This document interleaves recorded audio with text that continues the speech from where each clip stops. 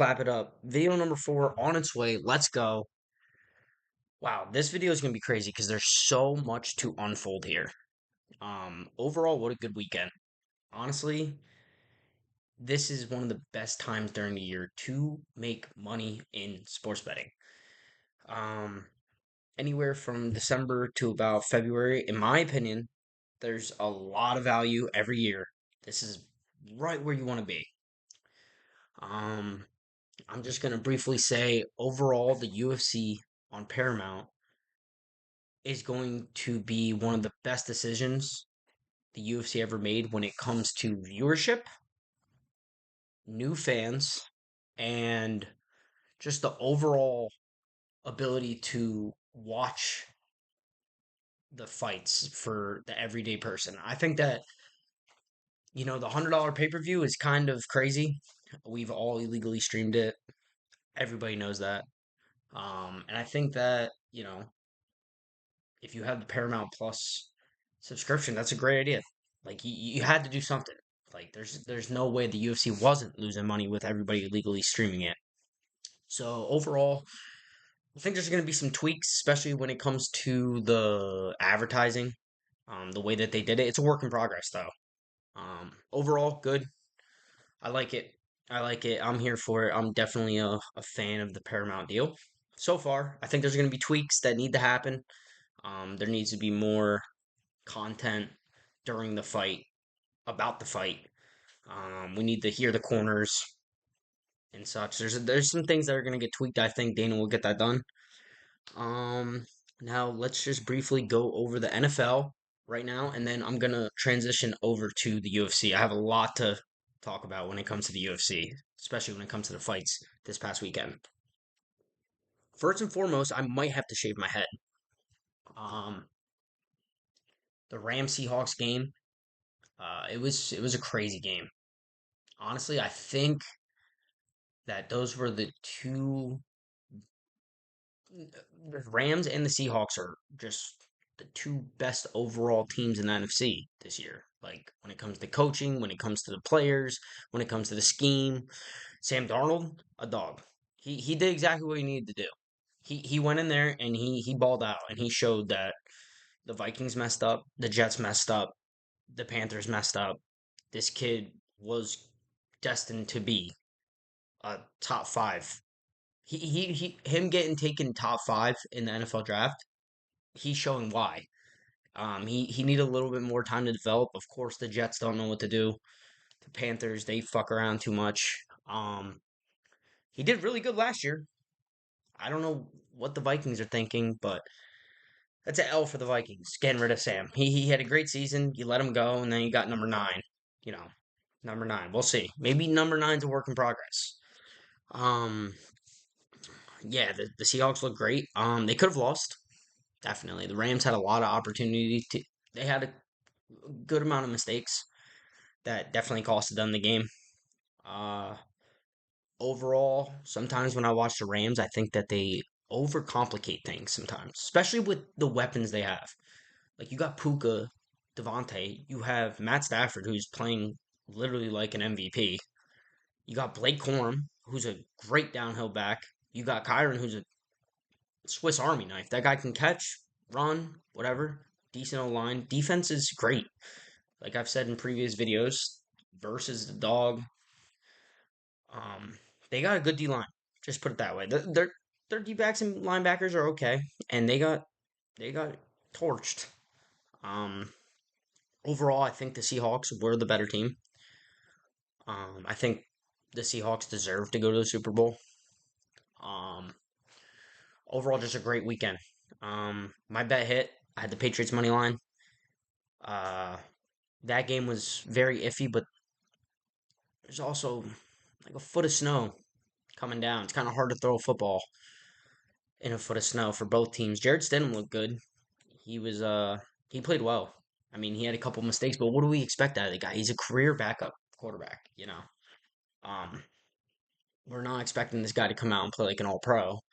I think their game plan was good. There's a couple mistakes that were made. It happens. This is the NFL. You know, this guy, he hasn't even started a football game in who knows how long. But the Broncos defense obviously has always been good. Always, my whole life, the Broncos have had a very good defense. Shout out to the Broncos. They'll be back better than ever. Um, Shout out to the Rams. I don't know if Stafford's going to come back and look the way he did this year, but if they continue building a defense, if they continue pushing the defensive side of the ball and retain most of the offensive players they have, they're going to be a problem in the NFC for years to come. Years to come. All right. Now when it comes to the Super Bowl, it's in Santa Clara. They're going into the 49ers stadium. It would be hilarious to watch Sam Darnold win the Super Bowl in the 49ers stadium. Wouldn't that be something? And again, Sam Darnold's story would be just full complete circle. Like it's literally you go from being one of the best college football players, hated on, disrespected, honestly a shitty start to a career. When he was on the Jets, shitty start to the career. He was the third string quarterback for the Panthers at one point, not too long ago, and now he is playing like an all pro player and deserves to go to the Super Bowl with his play. Jackson Smith and Jigba, monster. Kenneth Gainwell just balling out the past couple weeks. Their defenses. DeMarcus Lawrence did say Dallas is my home, but I'm not gonna win a Super Bowl there. And here we are. A couple months later, he's playing in the Super Bowl. Um, their defense is nice. I like Witherspoon. He's a dog. Their coaches, they're doing exactly what they need to do to win football games. They're doing exactly what they need to do. They're capitalizing on mistakes from other teams. Granted, they played the 49ers. The 49ers healthy, I think, are a Super Bowl favorite. It's kind of hard to negate the fact that they're missing half their team. They smoked them though. They shouldn't even been on the field with the Seahawks 2 weeks ago. Um, and the Rams had an opportunity to go down and win, and I don't know. They lost. It is what it is. That's football. Now, when it comes to value on the Super Bowl, in my opinion, I think 70% of the money and up is going to be on the Seahawks money line. Now, we haven't seen Drake May or the Patriots play great football. They've played decent football. Their defense has definitely won them a lot of games. Drake May looks shaky. Granted, he did just play in literally one of the hardest places to play in the world is in Denver, while it's pissing snow. They did enough to win though. Drake May got mobile when he needed to. He had a Jalen Hurts game. He literally had a Jalen Hurts game. He had 86 yards passing and 70 yards rushing and a rushing touchdown. That QB draw was great. Great play design. Um, there really wasn't much either team could do against it because they're both those teams have great defenses, and it's again pissing snow. It's very hard to get going in Denver. My bet for the Super Bowl, I have the Patriots +5 right now. That just came out. I think within the next week or so, that's gonna get down to about I think 2.5 Patriots +2.5. I think that's gonna be more of a pick 'em than people think. If I had to guess, especially once the media starts covering Drake May and they do the media run and Drake May comes from the North Carolina family, all his brothers are athletes. This is his moment. He's the next Tom Brady. He's a clone of Tom Brady. Once they start pushing that narrative, I think we see the money flip. But right now, if you get the Patriots at +5, I'd even like to tease them +7.5 and then take like try to find some value on like Drake May, one passing touchdown or something around there. I'm not entirely sure. Um, I'm gonna start posting on TikTok, so I'm gonna find like a really good +100, -110 bet to take with. Like I want to take a two-leg parlay with the Patriots +7.5 and something relatively easy to get that to about -110, +110, somewhere around there. But I think everybody, I hate when everybody loves something. Everybody I've talked to loves the Seahawks to win. Everybody. Past 8 hours, I've talked to all my friends. Seahawks got it. Seahawks got it. When the entire public is on something in sports betting, in my experience, I've noticed that the opposite always occurs, or damn near occurs 90% of the time. If we all think if the public thinks something's gonna happen, it almost doesn't happen. I've sports bet long enough to understand that. So right now, I would take the Patriots money line as I wouldn't put a lot of money on that, but the value you're going to get right now today, and they're going to be playing in San Francisco. San Francisco. It's going to be way better weather elements. We'll see if Sam Darnold or Drake May, who has bigger balls. That's what's going to come down to. Who really wants it more? Of course, Sam's been waiting for this moment his whole career, so we'll see. Yeah, and that's what I have for the Super Bowl. It's going to be a good game. It's going to be a great game. Obviously, it's not the two teams I want to see, but I think that those two teams put together are going to be a really, really good matchup. I don't think it's going to be a blowout. I think it's going to be closer than people think. I think the quarterback play could be iffy. It's going to come down to who has the better defense, who has the better coaching, and who wants it more, who has bigger balls. So yeah, we'll see. Um, yeah, that's what I think about the NFL right now. The UFC, I have a lot to uncover when it comes to the UFC. First and foremost, I'm gonna go through every single fight. Quick 10, 10 second to a minute on each fight.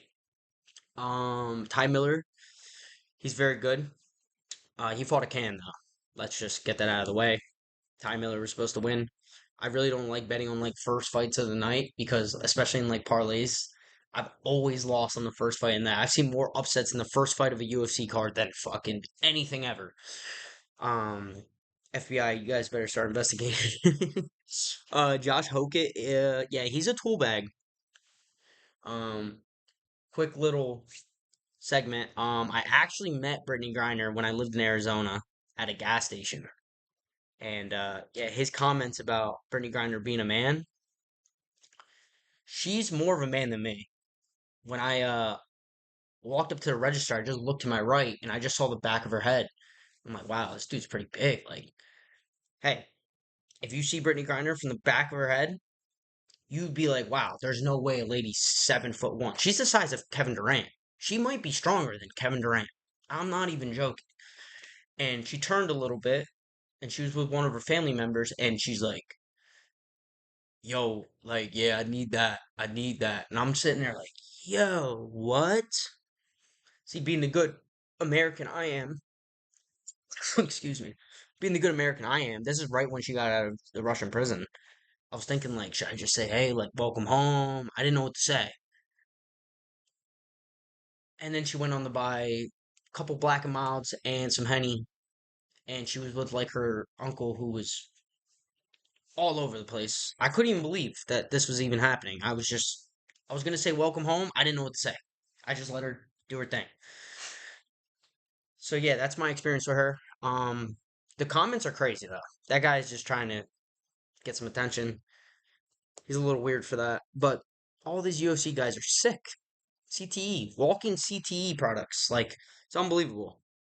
The next fight, I was going to take this guy, Charles Johnson.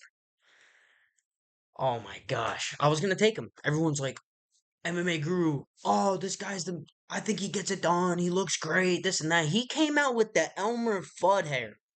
Bro had his whole shit shaved. Except for the back, bro. He literally looked like a character from the Boondocks. This motherfucker looked insane. And then he goes out and gets knocked out on some cartoon shit, bro. Bro was hitting the running man. Crazy. Literally one of the funniest knockouts I've ever seen in my life. Me and my buddy were sitting on this couch right here, crying of laughter. Literally crying of laughter. As soon as I saw him walk out, I was about to fade the shit out of him. But I don't know too much about him. I don't know about this kid Alex Perez that much. I didn't really do too much in-depth detailed investigation on these guys because I really don't. I mean, there's always value in like the undercards to make money, but That's such a weird fight. Everyone's saying one guy's gonna go, the other guy's good, coming off a couple losses, da da da da da. But yeah, shout out fucking Alex Perez. He beat the shit out of him. That shit wasn't even close. That wasn't even. As soon as I saw this guy's hair, though, going forward, if I see someone with the whack haircut, it's over. You're cooked, bro. He went out like a cartoon character. Hopefully, he comes back and does better. I don't wish any harm, or especially in a sport like that where like there's dire consequences. You get punched in the face, like it's not like you got tackled or you dropped the ball. No, like you literally are changing the dynamic of your brain. So I always hope people, do better. Try not to get knocked out next time, bro. I don't know what to tell you. The next fight was crazy. Krylov versus Buskauskas. So I'm thinking this Buskauskas guy is gonna win. He looks good. He's coming off big wins. Krylov, I've seen a couple of his fights where when he enters the pocket, he just looks like he wants to get knocked out. I've seen it so many times. And this fight showed that he definitely realized that that was a big flaw in his game. I've seen him literally just enter pockets and like it literally just ready to get knocked out. Stays on the center line, doesn't move, like comes in with his chin out. Like he just I've seen it so many times. I've seen this guy get chinned so many times. He's a big ass Russian motherfucker though, so you can't really, you know, put too much money on against him. I didn't bet on this fight. Um but he was the biggest shock factor of the whole entire card, in my opinion. He shocked me the most because he came out and did exactly what he needed to do, faced that pressure, sat in the pocket, and looked good. Um, I think he had Buskauskas. I think he had his maybe his knee was messed up after the first round. He the first round Buskauskas came out looking good, looking fresh, and then a couple of those leg kicks you could see he didn't feel comfortable on that front foot. He didn't move as well, but that's the game. That's the UFC game. You could easily just tear your ACL, and you're gonna have to stand there and keep taking it, or tear a meniscus or something like that, and you're just gonna continue to walk into that fire because these guys are psychopaths, literal psychopaths. Um, but yeah, shout out Krylov. He looked great. Gautier, he did what he had to do. He dominantly won a decision. He was a huge favorite. Like, I think he might have been like second or third biggest favorite on the card. Yeah, violated him. Uh, Now let's get to this fight. Umar Nurmagomedov is minus 1600. That's like the same odds as the sun coming out tomorrow morning. That's how big of a favorite he is. Like, I couldn't. I personally thought it should have been minus 2500 before the fight. I thought it should have been minus 10,000 before the fight because Davison Figueiredo, of course, he's been a great champion. He's up in a weight class. Which, if you look at Aldo, the Brazilians do go up in weight classes and still, they actually perform pretty well there, especially in their older ages. Because the weight cut, it's not good for older guys. Davison Figueiredo came out and looked great. Like, he prepared perfectly for that. And again, styles make fights. And Umar, Umar did what he had to do. But the reason I'm even going in depth on this fight is because there's a debate that he's a Dagestani, right? He's Khabib's cousin or whatever.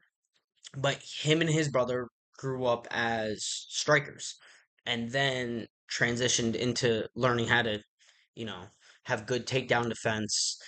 And I think the debate needs to be I forget who said it. It might have been Joe Rogan. He said, like, yeah, this is a perfect style. Like, you want to start as a striker and then you want to transition into learning takedown defense, which, in my opinion, I think the recipe's completely backwards. If I had a son today, and I knew I wanted to make him the perfect UFC fighter, there's no questions asked. He is wrestling, doing sambo from 3 years old till high school, college.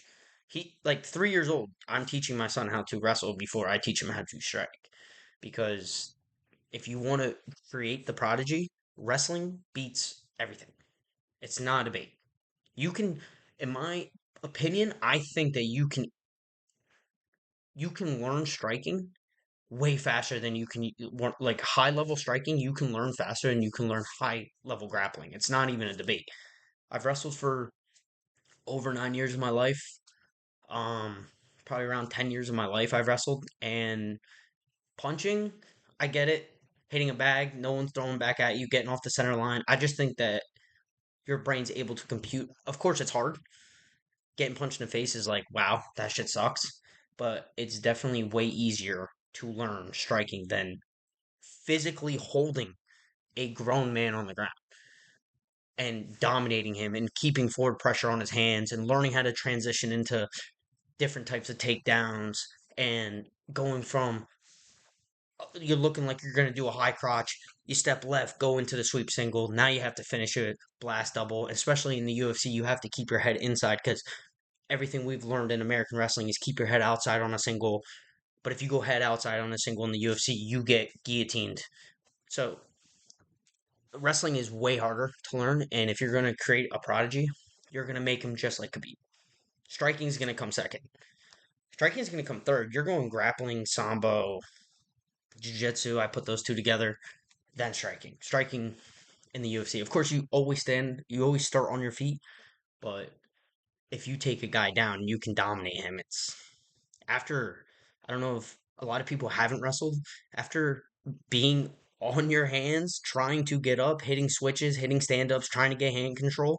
Do that for 2 minutes and tell me how your hands are feeling when you're going to throw punches. You're dead. Like wrestling is the hardest sport when it comes to endurance wise. It's not even a debate. Okay, here we go. Gene versus um Arnold. I didn't know Arnold was named after Arnold Schwarzenegger. It's kind of great. Gives him a little more of, more lore into his journey. He's a monster. Gene was too much for him. But then again, Gene's one of my favorite fighters. Like I said, he reminds me of he's just a psycho. Like literally like primal instinct freak. Like he just you could see it. He's dapping up. He's going to hug in the middle of the fight, and then he'll just throw a fucking bomb at your head and smile while doing it. When he jumped on the back, that was hilarious. Yeah, the first two rounds were, I think Arnold won it, but then the third round he just dominated. Did exactly what he needed to do in that third round, and he got the aura points. Aura points are everything, like damage, and then aura points. That's how we do it in the UFC. He's a troll though too as well. Shout out to Fighting Nerds. Shout out Gene Silva. He got it done. I would like to see him fight another up. I would like to see him fight. I'm trying to think of that division. Like, who really can he fight in that division right now? There's some up and coming guys that he can fight, or we wait to see Volk versus Diego, and he gets to fight the winner because he's an entertaining fighter. Entertaining fighters, especially on the Paramount deal, they're gonna get way more.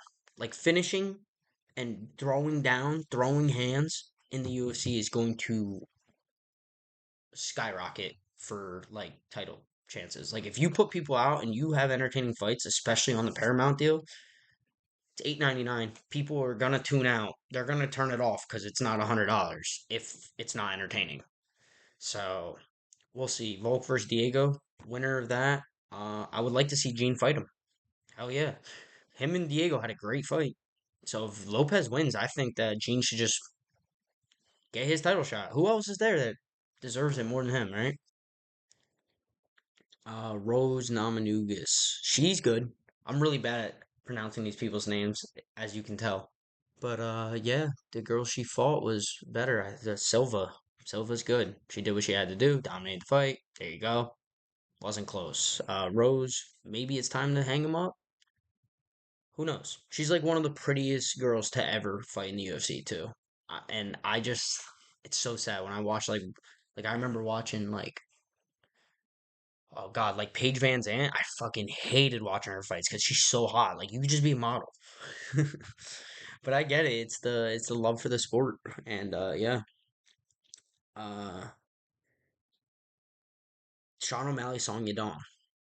two styles that really complement each other for a good fight. No one's gonna really attempt the takedown unless they need to. You saw Song get the takedown. Um, it was overall a good fight, very close. I had Song winning all the way until the third round, but then Sean just turned it up. Sean just turned it up. He sat on the back foot, sat on the outside, used his length, and said, "Yeah, bro, I'm gonna sit back here and outbox you. You're gonna get outboxed." And he did what he needed to do. When it comes to damage, Sean's face was perfect. Didn't even look like he fought. Um, but yeah, Song Yadong, he's a monster. Sean also looked very skinny. He looked like he had a tough weight cut. Maybe it's maybe I'm just seeing something, but he kind of looked like a shell of himself when it comes to like the size. Like he was bigger, rangier, lengthy, but overall he looked pale and like paper thin. And Song just came in, shorter guy, but he looks like an action figure, you know. But yeah, shout out Sean O'Malley, Sugar Sean, man, AZ boy. All right, and then the fight of the night, not a debate. I had Patty winning. Um, Patty, the Scousers, we don't get knocked out. Freak. Absolute freak. They just stood in front of each other and banged. Shout out Patty. He tried to make an entertaining fight. Again, after the second round, I think Patty, you should probably try to start wrestling. But then again, Justin's not a slouch in wrestling. He's a collegiate wrestler. Like Justin Gaethje knows how to he knows how to defend a takedown for sure. Like of course he's gotten taken down by like some monsters, but like a lot of guys aren't looking to take down Justin Gaethje. And if there was somebody that should have looked to take down Gaethje, it's Patty. I think Gaethje had a great game plan. Patty didn't change his game plan at all, and he still has that problem where his chin's just straight up in the air. And a guy like Justin, he's just gonna throw and go. Like he's gonna throw so hard he might fall. He's also gonna throw so hard that his head almost touches his knee. Like he literally just sits here, like just ducking and wild. This guy is wild, bro. Just throwing bombs. And I don't know if Patty's face is made out of granite or diamonds, but that was his CTE fight for sure. There's every long career, most of the time, you're going to see a guy have a CTE fight, especially when you get around like title fights. Like, you're just going to watch one of your favorite fighters just literally, you're going to watch the dynamic of his brain completely shift and change. And he's going to take punishment you've never seen before. He's never seen before. He's never endured before. But you got to give him credit. He got knocked out. His eyes rolled in the back of his head at least 3 to 5 times. Especially, I think it was the first round. He was on the ground just getting mollywopped. If there was another 30 seconds in that fight, it's a first round KO for Justin. Like, but you got to give him credit. He showed how durable he is. I think his preparation was probably really good. Justin probably expected him to go for the takedown, so he's probably been training the takedown. And Patty thought maybe I can go in there and stand and bang with this guy, and maybe he isn't as fresh with his boxing, thinking that I'm gonna take him down. I'm not entirely sure. I'm not in his camp. I'm not his coach. I'm not him. So these are all assumptions I'm making after watching the fight. I think in the second or third round though, he could have probably tried to take down or transitioned into getting in the clinch or doing something. Then again, people need to stop disrespecting Justin Gaethje. He's put people to bed. To bed. I've seen him put Dustin Poirier, one of the best boxers in the UFC, beat the shit out of Connor multiple times. Benoit Saint Denis, put that guy out. Benoit Saint Denis, I remember that fight. Like, Dustin is the underdog. I'm thinking, Benoit Saint Denis, who the hell is this Frenchman? Then I hear he's like a special op for the French military. I'm like, oh, this guy's a sicko, savage. And Dustin walked in there and said, I'm still here, buddy. I'm still here. And put him out. And then I watched Justin Gaethje get the head kick knockout. So I've also seen Justin go to bed. The Max Holloway fight, that was a little crazy though. That was just UFC 300, a lot of They just stood and banged, and Max just was the better guy that night. And just like football and just like most sports, it's like any given day. Like if you have a shitty weight cut, you could get fucked up.